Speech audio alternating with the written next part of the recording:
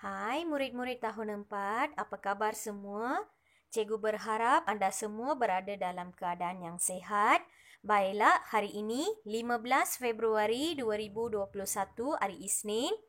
Anda kini bersama dengan Cikgu K. Kavita, Guru Bahasa Melayu kamu. Baiklah, sebelum kita melangkah ke topik hari ini, marilah sama-sama imbas kembali tajuk yang cikgu ajar pada minggu lepas. Baiklah, cikgu harap anda masih lagi ingat tajuk yang cikgu ajar pada minggu lepas. Pada minggu lepas, cikgu telah mengajar tentang cara membina ayat berdasarkan gambar. Anda telah membina ayat berdasarkan 5 gambar iaitu bermain, menanam, berjoging, mencuci dan akhirnya membaca. Jadi anda telah membina ayat untuk 5 perkataan ini. Baiklah, hari ini anda akan mengetahui lebih lanjut tentang tajuk yang baharu Dr. Badut. Anda boleh merujuk muka surat 13 pada buku teks Bahasa Melayu kamu. Baiklah, kita teruskan pembelajaran hari ini. Sebelum kita melangkah kepada pembelajaran hari ini, cikgu akan memperkenalkan 4 kata tanya. Okey. Cikgu berharap anda sudah biasa dengan kata tanya ini. Yang pertama, siapa? Kedua, di mana? Ketiga, bila? Dan yang keempat, berapa? Apabila kata tanya ini digunakan, kita akan menggunakan tanda soal. Anda boleh nampak ada 4 tanda soal di situ. Jadi, jika anda menggunakan kata tanya, sudah semestinya anda perlu menggunakan tanda soal. Baiklah, bila kita akan gunakan siapa? Siapa apabila ditanya, jawapannya mesti orang. Contoh, siapakah nama ayah kamu? Nama ayah saya ialah Encik Ramu. Jadi, Encik Ramu ialah orang.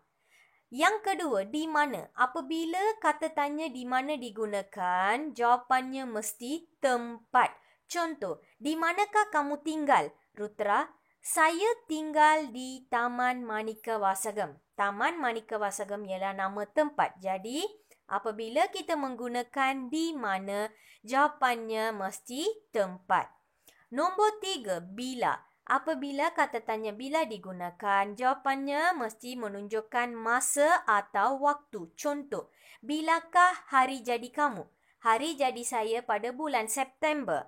Bulan September adalah masa ataupun waktu. Yang keempat, berapa. Apabila berapa ditanya dalam soalan, jawapannya mesti nombor atau angka. Angka juga bermaksud nombor. Contoh, berapakah umur anda? Umur saya ialah 7 tahun. 7 tahun ialah menunjukkan angka. Jadi, anda perlu tahu kata kunci bagi setiap kata tanya yang digunakan. Siapa? Jawapannya akan menunjukkan orang. Di mana untuk tempat. Bila untuk masa dan waktu. Berapa untuk nombor dan angka. Baiklah, kita akan membaca satu teks yang bertajuk Dr. Badut. Anda boleh merujuk buku teks kamu. Baik, sekarang cikgu akan bacakan teks ini untuk kamu. Sila dengar dengan teliti.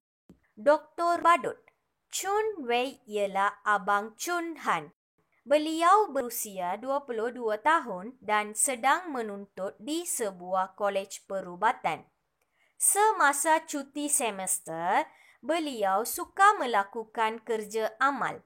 Beliau sering mengunjungi hospital sebagai Dr. Badut untuk menghiburkan pesakit di sana.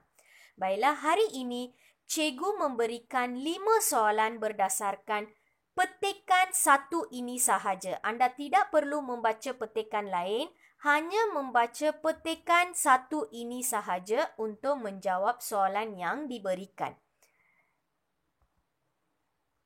Baiklah, ini adalah latihan untuk Janet, Dylan, Darwin dan Khairul. Anda perlu mengisi tempat kosong menggunakan jawapan yang diberikan.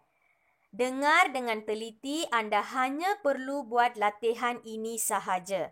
Baiklah, manakala Rutra dan Sharvina akan menjawab soalan 1 hingga 5 dan jawapan telah pun diberikan. Anda hanya perlu memilih jawapan yang sesuai berdasarkan soalan yang diberikan.